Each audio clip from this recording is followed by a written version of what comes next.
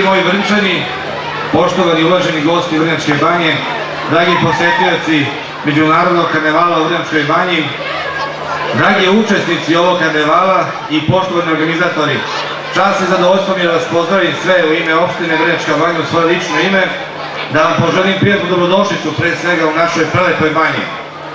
Da vam poželim dobrodošlicu u banji koja više nije samo banja, već turistički centar Srbije, koji će već sledeće godine proslavljati 150 godina aktivnog bavljenja turizma.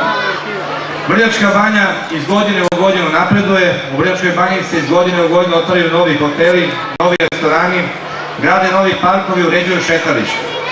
Ovoliki broj ljudi, kada pogledamo koliko je prisutno u Vrnjačkoj banji, je dokaz da Vrnjačka banja zaista krupnim koracima korača ka svom velikom jubileju, ka 150 godina aktivnog bavljenja turizmom, kada ćemo već sledeće godine otvoriti niz investicija koje će Vrnjačku banju učiniti ne samo centrom u Srbiji, već centrom u ovom delu Evrope.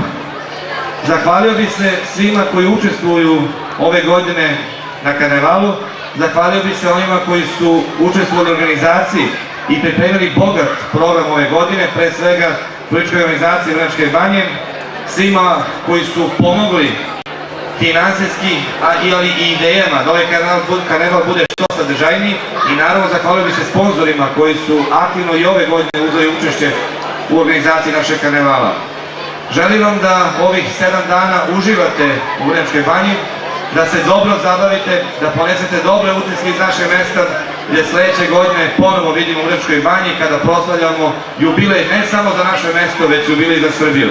Živeli i uživajte. Dragi gosti, dragi meštani, vrlo je teško posle predsjednika da se kaže nešto vezano za ovaj karneval, jer je on uneo sebe u sve ovo, ali bez opštine, bez ministarstva ne bi bilo ni karnevala. Mi smo tu samo ti koji osmišljavaju ove programe, a to što vas čeka u sledećih 8 dana je preko 60 koncerata na 4 stage-a, plus mnoštvo turnira, drugih malih manifestacija, ali sve je to zbog vas tu i za vas.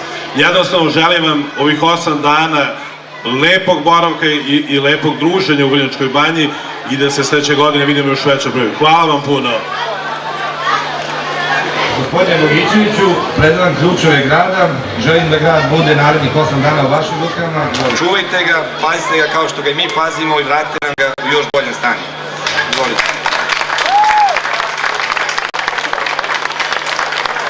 Proglašavam 13. Međunarodni Vrnjački karneval otvorenim.